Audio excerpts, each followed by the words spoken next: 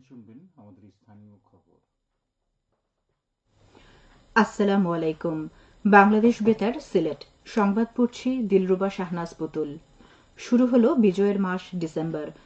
বাঙালির সুদীর্ঘ রাজনৈতিক ইতিহাসের শ্রেষ্ঠ ঘটনা 1971 সালের মহান মুক্তিযুদ্ধ, যাদের আত্মত্যাগের মধ্য দিয়ে মহান মুক্তিযুদ্ধে আমাদের বিজয় অর্জন হয়েছে। বিজয়ের মাসে যেসব লাখো শহীদের প্রতি গভীর শ্রদ্ধা জানাবে বাঙালি জাতি। প্রতি বছরের মতো এবারও বিজয়ের মাসে সারা দেশের মতো সিলেটেও নানান অনুষ্ঠানের মধ্য দিয়ে উদযাপিত হতে যাচ্ছে। এ উপলক্ষে অন্তর্বর্তীকালীন সরকারের পক্ষ থেকে বিস্তারিত কর্মসূচি হাতে নেওয়া হয়েছে। পাশাপাশি বিভিন্ন রাজনৈতিক দল ও সামাজিক সংগঠন পৃথক কর্মসূচি পালন করবে।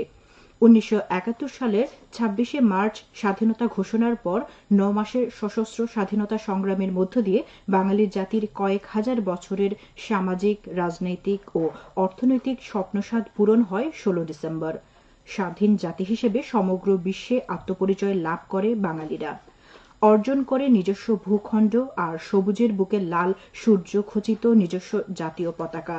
ভাষার ভিত্তিতে যে জাতীয়তাবাদ গড়ে উঠেছিল এক রক্তক্ষয়ী যুদ্ধের পর বিজয়ের মাধ্যমে ঘোষিত স্বাধীনতা পূর্ণতা পায় এ দিনে। বাঙালির হাজারো বছরের স্বপ্ন পূরণ হওয়ার পাশাপাশি বহু তরতাজা প্রাণ বিসর্জন আর মা বোনের সম্ভ্রমের বিনিময়ে এ অর্জন হওয়ার বেদনা বিধুর এক শোকগাথার মাস এ ডিসেম্বর। এ মাসেই দেশের মেধাবী শ্রেষ্ঠ সন্তান বুদ্ধিজীবী হত্যার নৃশংস ঘটনা ঘটে। সমগ্র জাতিকে মেধাহীন করতে 14 ডিসেম্বর দেশের অসংখ্য বুদ্ধিজীবীকে হত্যা করা হয়। 16 ডিসেম্বর ঢাকার ঐতিহাসিক রেসকোর্স ময়দানে, বর্তমানে সোহরাওয়ার্দী উদ্যানে পাকিস্তানি বাহিনী আত্মসমর্পণ করতে বাধ্য হয়। আজ বিশ্ব এইডস দিবস। 1988 সাল থেকে এইডসের বিরুদ্ধে প্রতিরোধ ও জনসচেতনতা সৃষ্টির লক্ষ্যে দিবসটি পালন করা হয়। প্রাণঘাতী এই রোগ প্রতিরোধে সরকারি বেসরকারিভাবে যেমন উদ্যোগ নিতে হবে, তেমনি নাগরিকদের মধ্যেও বাড়াতে হবে সচেতনতা। দিবসটি উপলক্ষে আজ সিলেটে বিভিন্ন সরকারি বেসরকারি প্রতিষ্ঠান নানা কর্মসূচির আয়োজন করেছে। জুলাই আগস্টে ছাত্র জনতার গণ অভ্যুত্থান প্রত্যাশা পূরণে আমাদের করণীয় শীর্ষ মতবিনিময় সভা অনুষ্ঠিত হয়েছে মৌলভীবাজারে।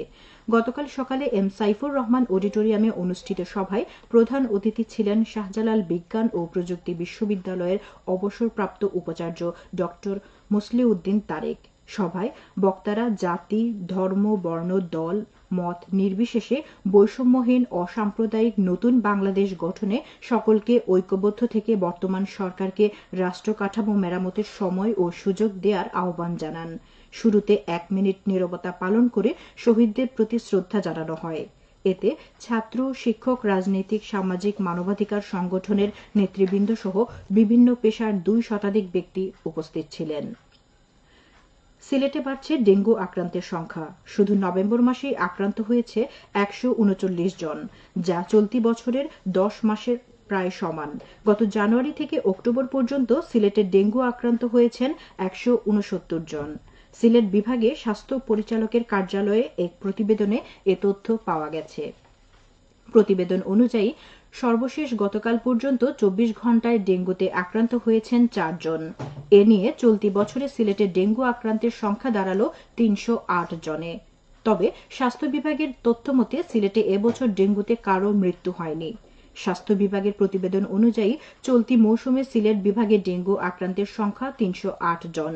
এর মধ্যে সিলেটে 73 জন, সুনামগঞ্জে 35 জন, মৌলভীবাজারে 24 জন এবং হবিগঞ্জে 167 জন। এছাড়াও নেত্রকোনা, কিশোরগঞ্জ, ময়মনসিংহ, নরসিংদী ও ঢাকায় আরও 9 জন সিলেটে আক্রান্ত হয়েছেন। আক্রান্তের মধ্যে 17 জন সিলেটের বিভিন্ন হাসপাতালে চিকিৎসাধীন রয়েছেন। সিলেটের বিভিন্ন সীমান্ত এলাকায় অভিযান চালিয়ে মাদকদ্রব্য ও ঔষধ সামগ্রী সহ বিপুল পরিমাণ চোরাই পণ্য জব্দ করেছে বর্ডার গার্ড বাংলাদেশ।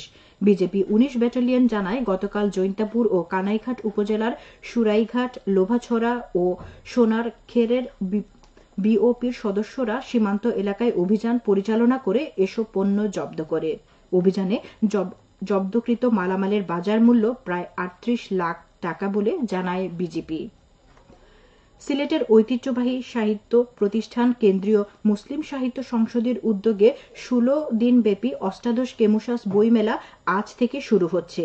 সংসদের সাবেক সভাপতি ভাষা সৈনিক এইচ সাদাত খানকে নিবেদিত বইমেলায় প্রতিদিন বিভিন্ন সাংস্কৃতিক আয়োজনের পাশাপাশি চিত্রাঙ্কন সহ বিভিন্ন প্রতিযোগিতার আয়োজন করা হবে।